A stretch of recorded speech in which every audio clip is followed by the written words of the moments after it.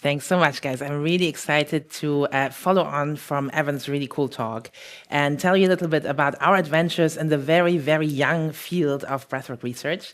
And I'm going to start from a maybe slightly obscure starting point, which is who here is old and or nostalgic enough to know what American Gladiators is?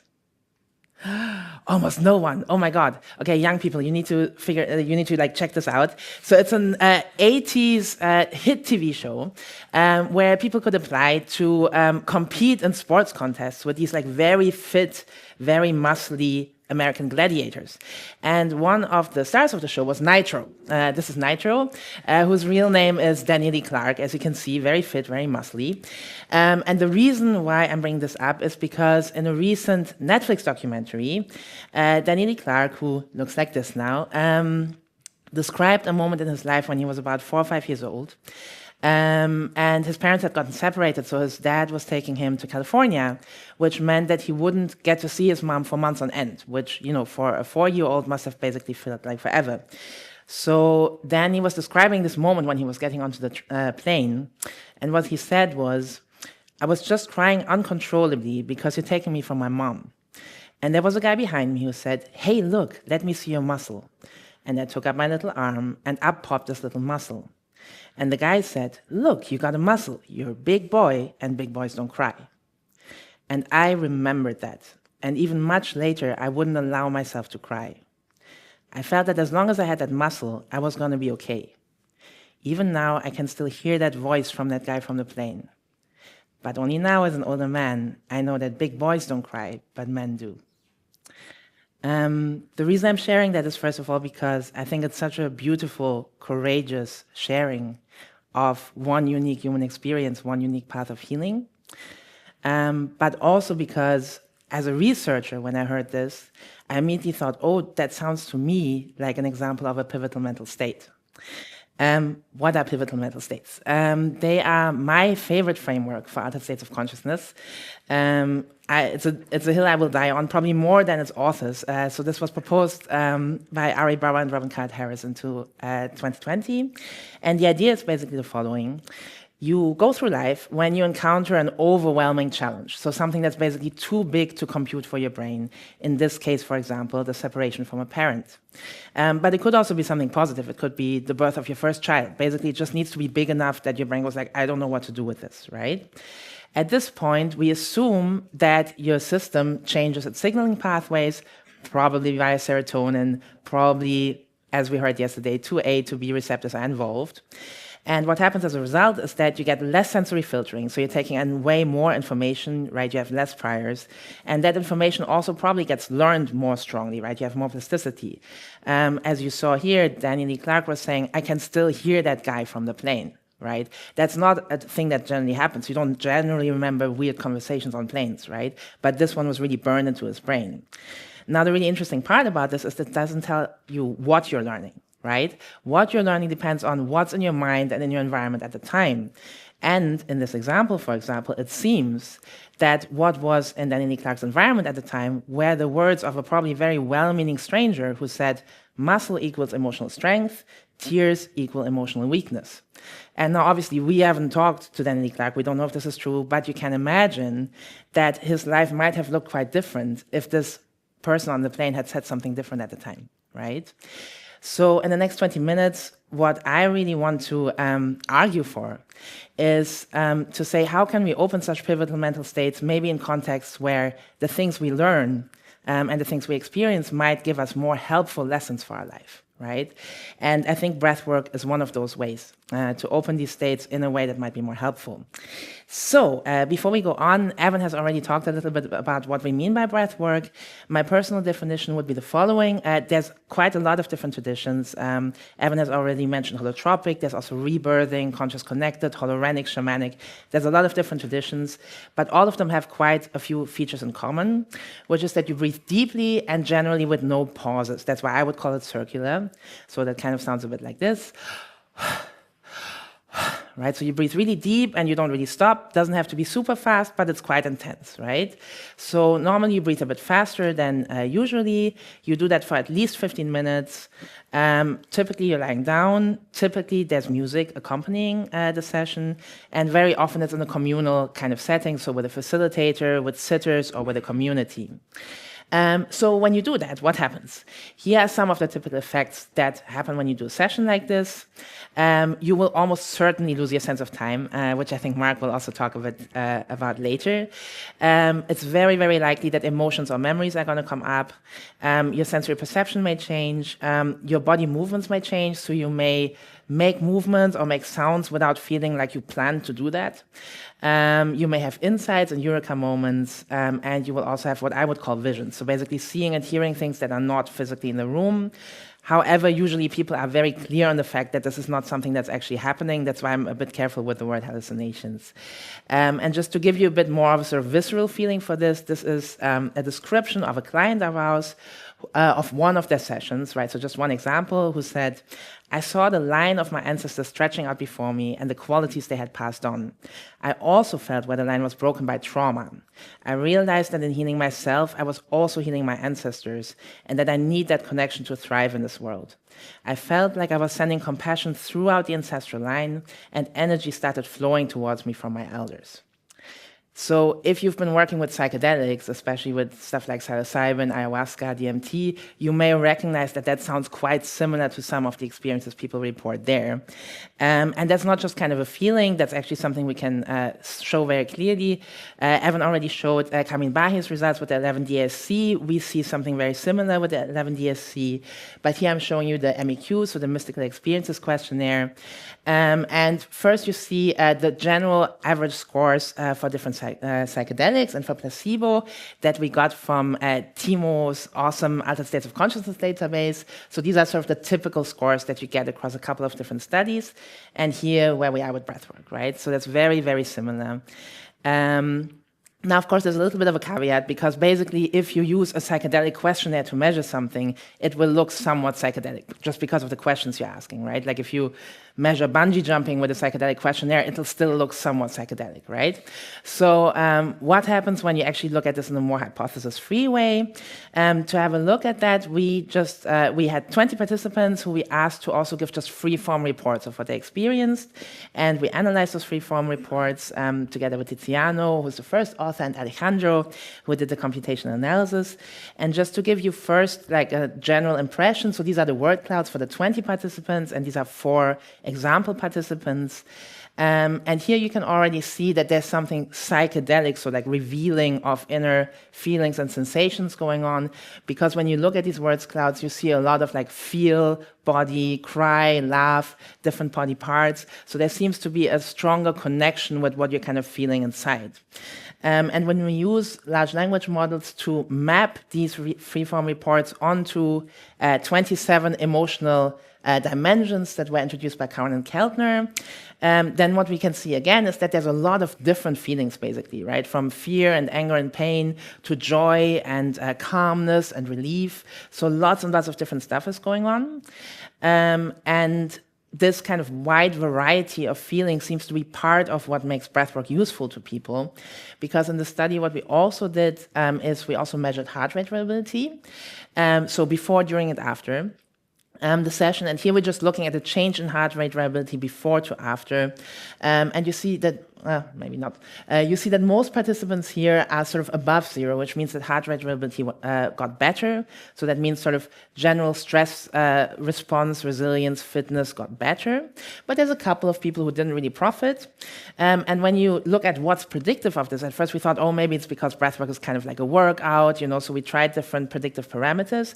But the absolute best predictor was actually the percentage of positive emotional content, and not necessarily in the direction that you would think, because the more blissful people were during the session, the less benefit they had afterwards. So that doesn't mean that people had to go through horrible experiences. So the amount of negative emotional content was actually not the point. But what seemed to be useful is to have sort of a wide variety of different emotional experiences. That seemed to be the most useful experiences in that sense.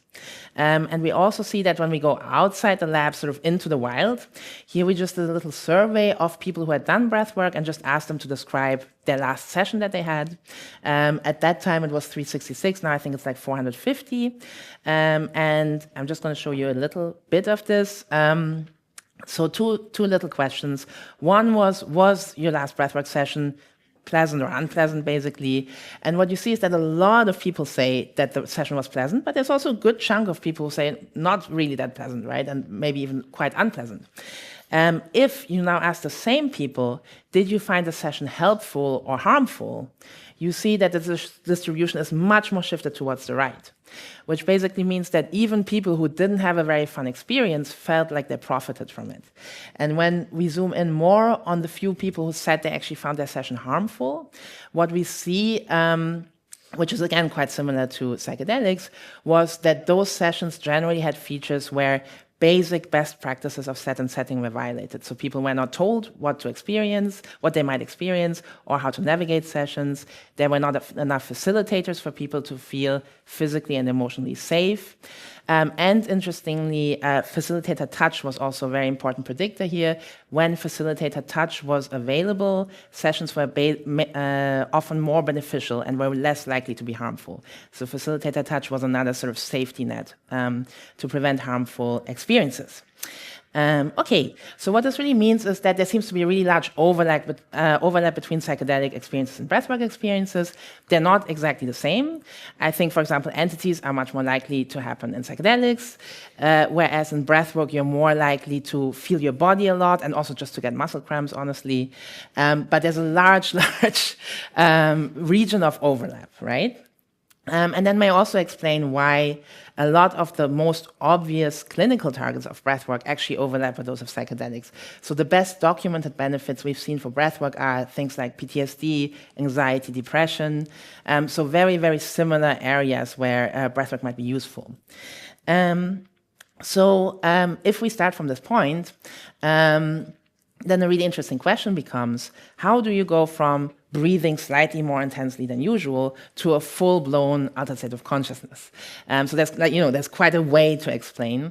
And we've kind of tried to explain that from both sides. So let's start from the breathing side. And the first really basic question is it even the breathing? Right? Because you could also imagine, you're in a group, there's like really emotional music playing, maybe someone's screaming, maybe that's enough to have an experience, right? Maybe the breathing is not even the whole point. So to figure that out, we did a study led by Jelena and Max with experienced practitioners from two traditions, holotropic and conscious connected. And what we did was we did group sessions. And we asked 2/3 of the practitioners to breathe actively, as you would in a session, and 1/3 of practitioners to breathe as they normally would, right? Like listen to the music, all of that stuff, but breathe normally. And that was to figure out how much the context affects the experiences. And this is why we needed experienced practitioners, because we repeatedly kind of annoyed them through the session by making them breathe into this little tube to get their CO2 values, and by asking them for a hand sign to rate their altered state of consciousness. So 1 would mean total normal everyday consciousness, and 5 would be very, very far gone. Or we also rated the 5 if people couldn't respond. And just to give you first the basic results, what we saw is, first of all, people did what we asked them to do. So blue is always holotropic, red is always conscious connected, and you see that the people who were asked to breathe actively had less CO2 in their system, which makes sense because you're breathing that out. And also what we can already see a little bit here is that the active breathers seem to have a deeper altered state of consciousness in general, even though, as you can see, the difference is not super, super clear, right? Now, when we correlate those two things, average CO2 and average ASC depth in the active phase of the breath work, then we see that there's definitely a relation, right?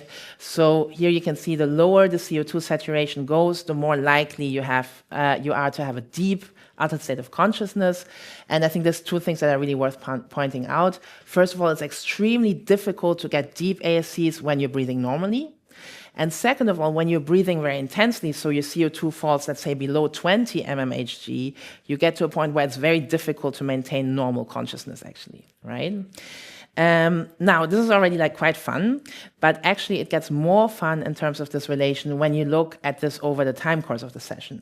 So here the dark dots are early in the session, and then the light dots are at the end of the session. And you see that when you look at the relation between CO2 and ASCs, then you see this funny loop. And what this really means is that first CO2 goes down, then ASCs start getting more intense, then CO2 goes back to normal, but the altered state of consciousness kind of maintains a little bit, right? So it stays up. And interestingly, when you look at the people who were asked to breathe normally, you see exactly the same dynamic, but just a little bit smaller, right? So what this basically means is that this is the kind of journey that you can get just from the setting without breathing differently. And then the big loop is what you can get when you breathe actively. And another interesting thing, especially for breathwork nerds, is that we saw exactly the same dynamics in the two different traditions, which is especially interesting because holotropic sessions tend to be about double as long as conscious connected. So this is like 2.5 hours, and this is more like 1.5 hours, and yet you have the same dynamics. Probably because people are primed by the music and everything to have a certain length of a journey. Okay, so this tells us, first of all, that the breath does really matter.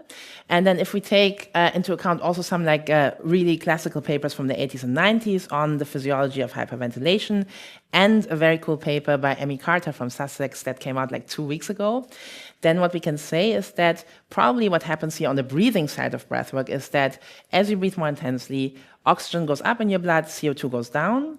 That changes your blood pH to more alkaline, less acidic. And that, in turn, tends to constrict your blood vessels, especially at the cortical level. Not so much subcortical, but at the cortical level, which means that your cortex gets less oxygen. And this is compounded by the Bohr effect, where tissues that don't have a lot of CO2 also don't get a lot of oxygen. So most likely your brain is getting less oxygen than usually. Okay, so this is already like less, unknown territory. Let's try and also figure this out a little bit from the neuronal side. And that's actually what we're doing right now in the lab down here, across from the cafeteria. And as you've already seen from Evan's talk, it's not necessarily very easy to get super nice EEGs from people doing breath work because, they're moving, they're, laughing, crying, they might have muscle cramps in their face. So, it's not very, very easy to get nice data. So the way we're trying to get around that is by packaging the breathwork into chunks, and because of that, we ask experienced practitioners. So what we do is we have 4 chunks of either breathwork or as a within subject control progressive muscle relaxation, because that kind of mimics the attention to the body and the movement without the altered state of consciousness. And then in between, we ask them to stop breathing weirdly, just lay there and relax and get a little resting state EEG.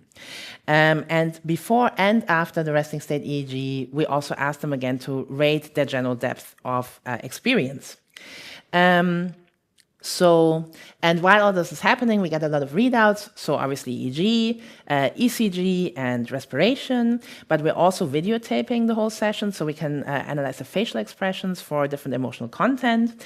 And then afterwards, we ask subjects, and this is very, very cringe, but I think the data are going to be very fun, to look at themselves throughout the session and annotate what they were experiencing so that we have a more clear trajectory of what happened subjectively for them. And just as a little idea, this is kind of how it looks. So not, like a little bit cozy at least. Clearly still a lab context, but a little bit cozy. That's the breathwork lab down here. And when we do this, so right now we don't have data from like the full study, but we have some pilot data with a slightly less controlled study design. And what we see here is really fitting also with what Evan was saying, in the sense that some of the sort of greatest hits of neural signatures of psychedelics also seem to apply to breathwork. The first thing we looked at was alpha reduction, and in our case, we do see it actually. So here is the difference in normalized alpha power. So again, also the FOV normalization between the maximum and the minimum altered states of consciousness that people reported, and you see that alpha goes down in the maximum ASCs. And that actually goes both for the whole frequency spectrum from 8 to 12, right, like the whole thing, and you also see it across the whole skull, right? So here you see yellow is actually 0, and then everything else is negative, so everywhere alpha power goes down. And you can even see that in some individual subjects. So here you see a subject who rated their ASC intensity as going up to 5, and then went back down to baseline, and you see that sort of the yellow alpha power really appears and disappears according to the ASC rating. If we go for the second very classical measurement that you see in psychedelics, namely the Lempel-Ziff complexity, we also again see something that fits really well. So again, highest and lowest ASC intensities, you see that Lempel-Ziff complexity is stronger in strong ASCs. And again, you also see that across the whole brain. So here, 0 is blue, and everything else is yellow, and you see again that everything, Lempel-Ziff complexity, goes up across the whole brain. And actually the most striking result for me was when you just correlate ASC depth with LZ complexity, you see that you get super, super high correlation coefficients, actually, like between 0.5 and 0.8. So basically there seems to be almost like a direct scaling of complexity to subjective depth. So that means that basically here, we can also say there's definitely some neuronal changes that correspond to those in psychedelics. So we still have this little jump from low oxygen to some kind of psychedelic neuronal signatures that we have to explain. We also definitely have some interesting things to look at in the neuronal recordings that we're doing, right? There might be some interesting stuff about neuronal adaptation, about the default mode network, definitely also neuronal signatures of specific experiences. And of course, there's a whole lot to find out about what happens afterwards, right? About what happens sort of subacutely and long-term. So there's definitely still a lot of questions, but there's more answers than a couple of years ago, I would say. So what can we say about this? We can say that ASCs triggered by breathwork do resemble psychedelic states to quite a large extent, both in terms of experience and in terms of the neuronal signatures. A crucial trigger for this seems to be the drop in CO2 saturation. But once an ASC is triggered, it seems to self-sustain for a while, right? So even when CO2 goes back to normal, and the emotional content of the session feeds back both onto the physiology afterwards, but also onto long-term outcomes. And that brings us back to pivotal mental states, because when we go back into this framework, what we're seeing is basically that you take a trigger that's quite weird to your brain, right? Like your CO2 levels are completely wrong, your blood pH is off the charts, right? Your brain oxygenation goes down. And if we assume that that's enough of a trigger for a pivotal mental state, if you are in a good breathwork setting, then what hopefully comes in as the messages that you can learn is, first of all, safety and empowerment, because your breath is always your own. You're not being taken for a ride. You can decide how far you want to go with your experience.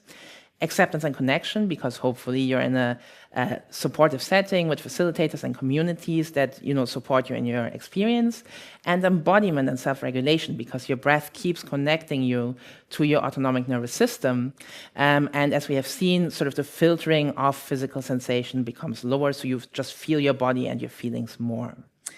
Or to sum this up even more shortly, I think what breathwork is about is rewriting your experience through self-challenge. Couple of advertisements. Our book. Our book is out in German and will come out in English in a week or two. So if you want to know lots and lots of stuff about breathwork, you can read it. And you can also help us study breathwork more. If you or people you know are breathwork novices, you can help us in the Berlin study to look at breathwork and trauma processing. And if you or people you know are experienced practitioners and you can make it to Frankfurt or Munich, we would love to measure your EEG. I would like to thank, first of all, our awesome lab, especially my co-PI Marike, and the whole Breathwork squad, Kamlesh, Lana, Janina, and Ece. Then our partners in Berlin from the RESET study, which has been funded by the Tiny Blue Dot Foundation, especially my partner, PI Isabel Ziobek, all our other collaborators, and you for your attention.